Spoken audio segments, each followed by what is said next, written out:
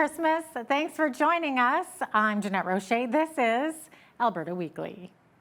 We hope you have a great Christmas weekend with friends and family. Alberta's 2021 has felt like a tough climb. Today we begin in Calgary with the Western Standard's news editor, Dave Naylor, and take stock of the end of 2021. Dave, what are you hearing from subscribers of the Western Standard about Alberta's future? Right now, I think they just want to get rid of COVID. They want to get life back to normal. Downtown Calgary, where our newsroom is still deserted. Numerous office towers, I think 17 or 18 of them are absolutely empty. The street problems with crack addiction and whatnot do seem to be growing. And Albertans are fed up with COVID restrictions, and they want to get back to work. They want to go into the office. They want to see people again. They want to socialize. So I think for the most part, the end could be in sight. We could see it peering around, and I think everybody's just wants to get this next 3 weeks over with, get into 2022, and start focusing on a new beginning, and get the economy going again. I think overall people are feeling fairly optimistic. They just want to get this year behind them. I can't believe that 2021 is already coming to a close. I mean, 2020 went by so fast, and now 2021's gone. Let's hope that 2022 is much better. What signs of a turnaround are you seeing for Alberta?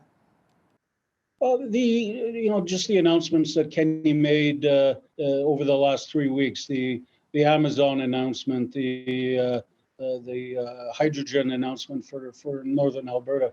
These are firms that are showing that they're willing to invest billions and billions of dollars into the Alberta economy. Jeff Bezos didn't become the biggest gazillionaire in the world by being foolish with his money. Amazon are filled with smart people, and they obviously studied this setting up shop in Calgary. They studied it hard, and they made the decision to come here. So when you see corporations like Amazon investing in the province, it does give one hope for that they're leading the charge, and when others see Amazon coming in, they too will follow. Alberta Health Services says that it's pushing back against misinformation online, which is saying that kids in our province are being hurt by the COVID-19 vaccine. Now, Dave, they're saying that no children have been hospitalized, and of course, the latest data says that more than 60,000 kids between the age of 5 and 11 have received their first dose of the COVID-19 vaccine. Anything to weigh on there? Well, it's shocking to me that the internet has false information on it. Is it shocking? No, I'm stunned. The Children's Hospital here in Calgary had been full of children who had suffered side effects from having their vaccination. Just not true, says Alberta Health Services. It is okay to question the AHS because they have been caught in lies sometimes.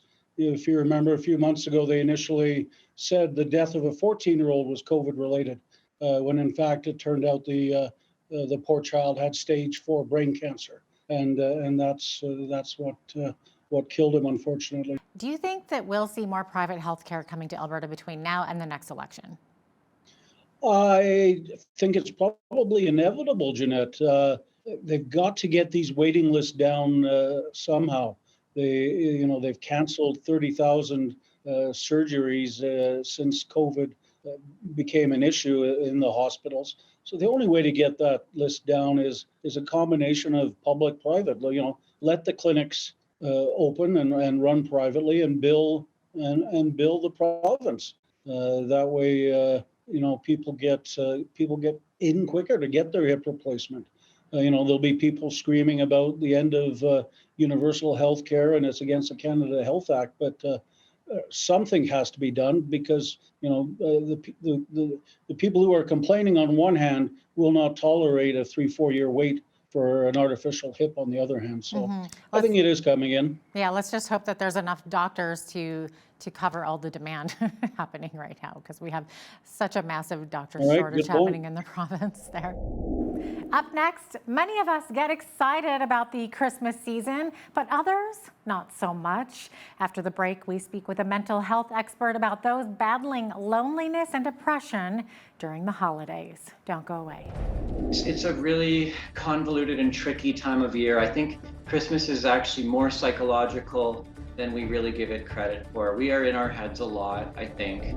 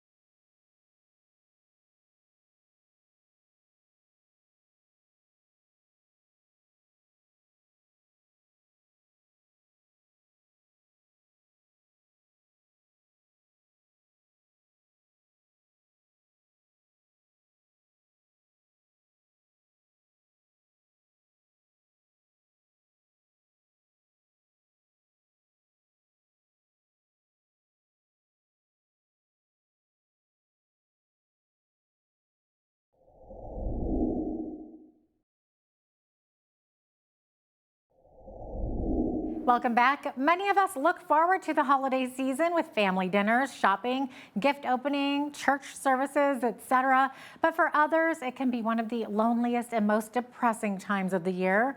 We want to discuss how to respond to this with our guest, Rod Dorn of Birch Bay Counseling Services in Medicine Hat, Alberta. Take a look. We often see others sharing pictures of gifts, friends and family gatherings, and maybe we tend to compare and maybe we just feel that we don't measure up and maybe feeling some self-pity there. Yeah, absolutely. I mean, social media, pop culture, this really does reinforce this belief that Christmas is a time of happiness, abundance, laughter, joy. We see all these Hallmark movies and they're in these, everything just is so perfect. But it portrays, it sort of forces us to think, well, or believe this is what is normal. And what is normal is to have this privilege. So it almost separates the ones of us who are the haves and yet neglects and sometimes even in a hidden way may ostracize the have-nots. Sometimes we don't recognize our privilege, and that's maybe because we didn't experience the loss or the isolation that so many have.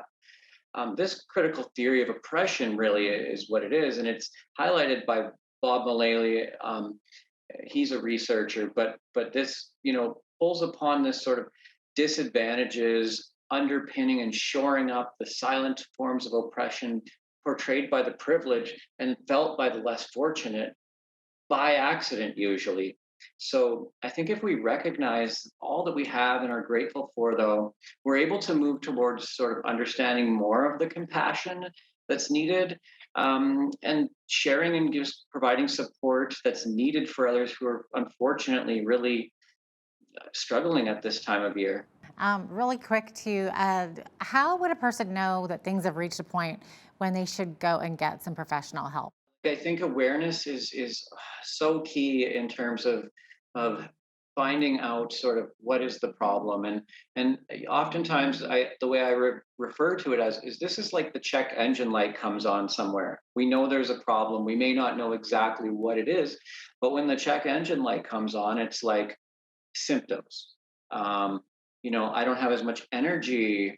I'm sleeping. I'm oversleeping, or I can't sleep. Oftentimes, our appetite, or we're having headaches and these other somatic symptoms.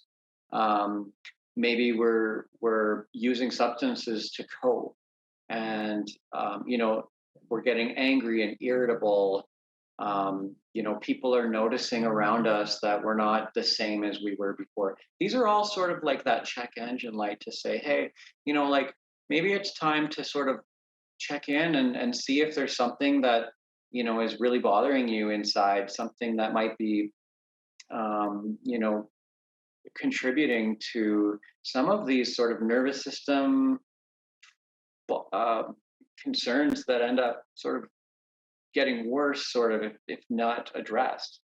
And there's no shame in addressing, when you have a mental health problem, because it's really a physical health problem just as much as a mental health problem. And there's no shame in any in going to like try to seek help for anything. It's a really convoluted and tricky time of year. I think Christmas is actually more psychological than we really give it credit for. We are in our heads a lot, I think.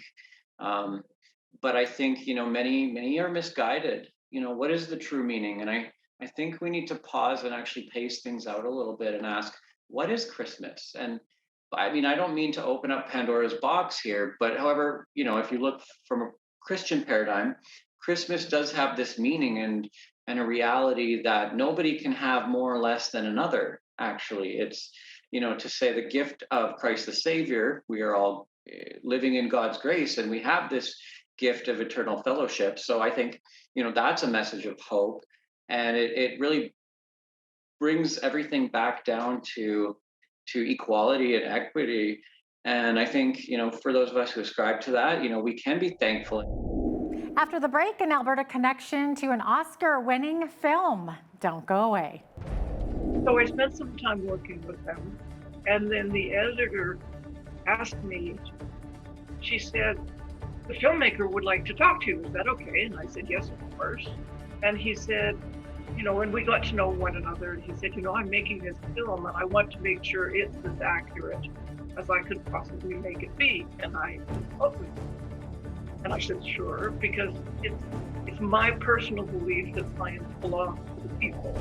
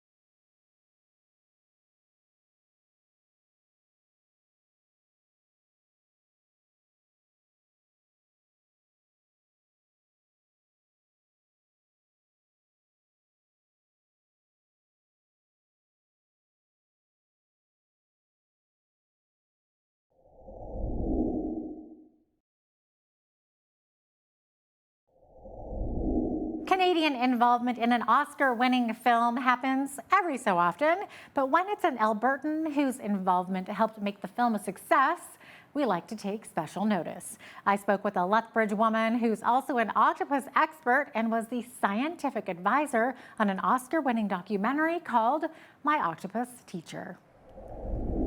The film tells the story of a South African filmmaker named Craig Foster, who spent a year with a wild octopus in the Great African Sea Forest at the southwest tip of Africa. A lot of people say an octopus is like an alien. But the strange thing is, as you get closer to them, you realize that we're very similar. Joining me is Dr. Jennifer Mathers. She's a psychology professor at the University of Lethbridge and an expert in octopus. Dr. Mathers, thanks so much for joining me today. It's so great to have you on.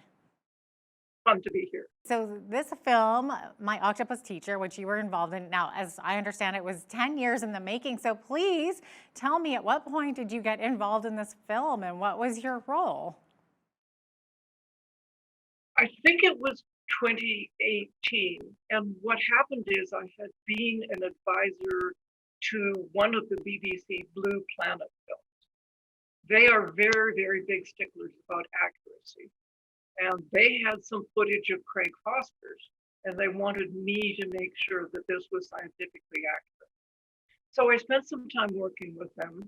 And then the editor asked me, she said, the filmmaker would like to talk to you. Is that okay? And I said, yes, of course. And he said, and we got to know one another. And he said, I'm making this film and I want to make sure it's as accurate as I could possibly make it be. Can I consult with you? And I said, sure, because it's my personal belief that science belongs to the people. Always, if somebody asks me for help or asks for information, I'll do my best to provide it. So he said, well, we need to have you come to South Africa. I said, oh, okay. So we spent 10 days down there, basically looking at pieces of film and saying, yeah, that's right. And you probably shouldn't say that.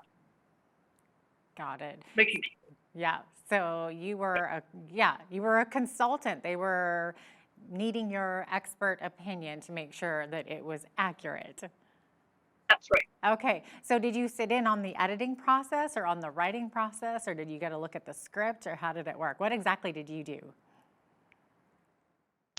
When we were talking about the filming, there were little bits of that they were talking about. But the process from the time that Craig first made acquaintance with the octopus to the time that My Octopus Teacher was shown was 10 years. And there's an amazing number of people from, in many cases, all around the world that helped them to get as good as they thought. So it was fascinating to see all the pieces come together. That's really, really neat. Now, what was your reaction when you found out that the film had won an Oscar for Best Documentary? How did you, were you just watching the Oscars on May 3rd like everyone else, or did someone let you know? Yes, I was watching the Oscars on May 3rd. And yes, of course, I had my fingers crossed. But you've got to understand, for Best Documentary, it turns out, I never knew anything about this before, okay? There is a film festival called Jackson Wild, which is essentially the Oscars of documentary.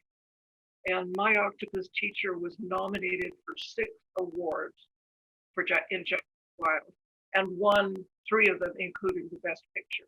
I went onto the web a couple of days before the Oscars, and there's somebody you can go to who says, this is my pick for Best This and Best That and Best Documentary.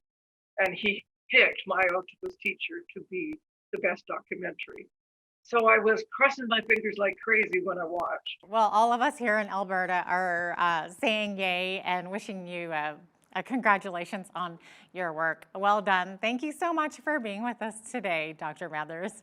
Thank you. Dr. Jennifer Mathers is a psychology professor at the University of Lethbridge and an octopus expert.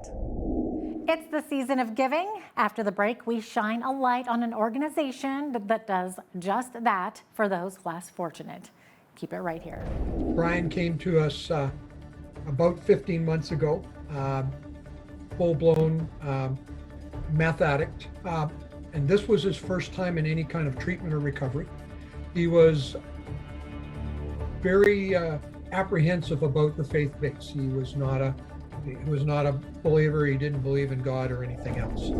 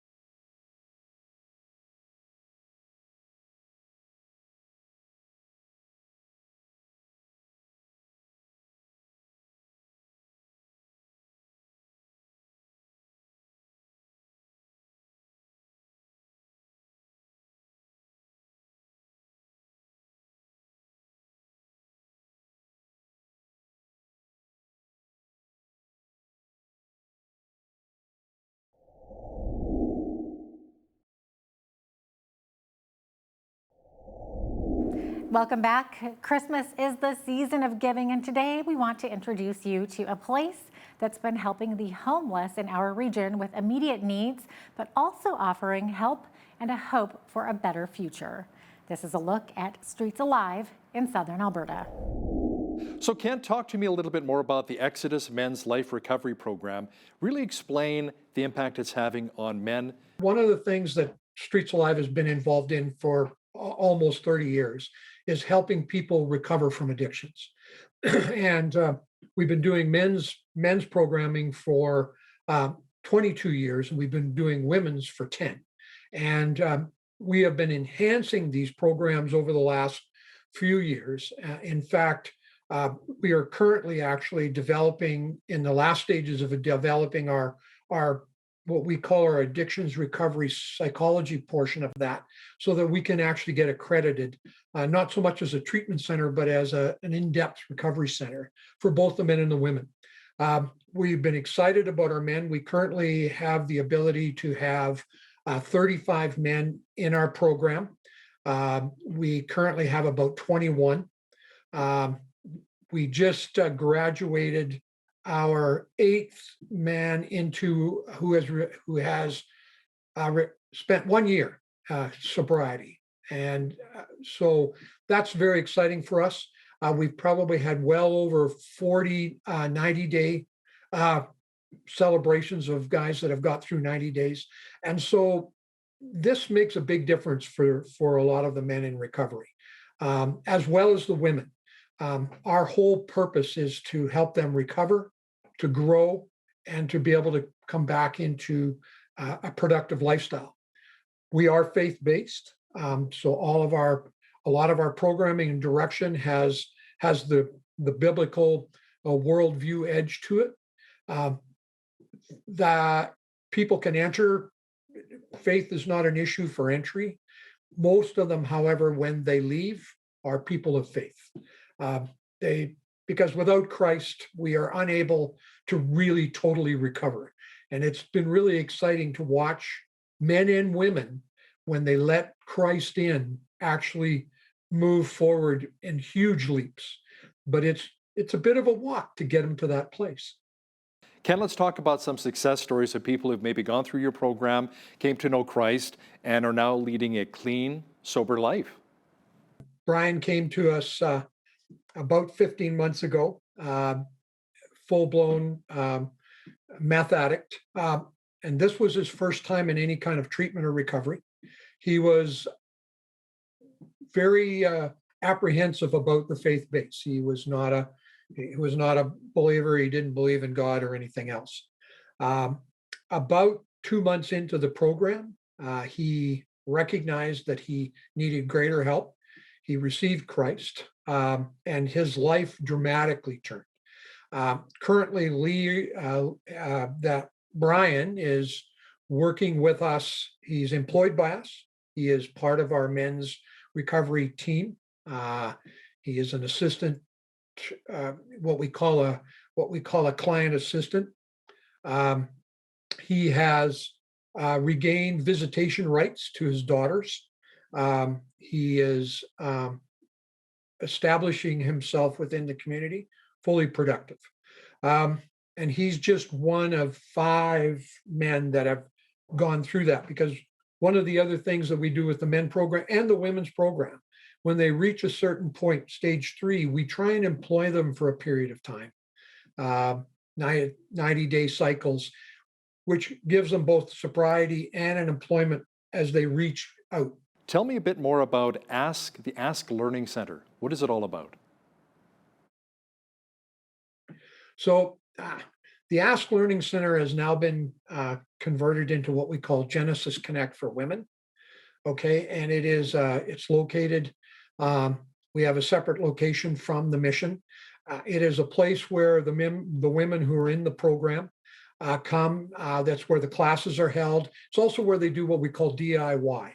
So there's a creative element to do them. So they do arts, they do glass work, they make certain things, journals and everything else. Those items are then put up for sale at the front end of that building. Well, that's our show. If you're on Twitter, please follow me at Jeanette Roche to get updates on what we're working on. Please come back next week for our final Alberta Weekly edition in 2021. Merry Christmas to you all. Have a wonderful holiday season and a great week.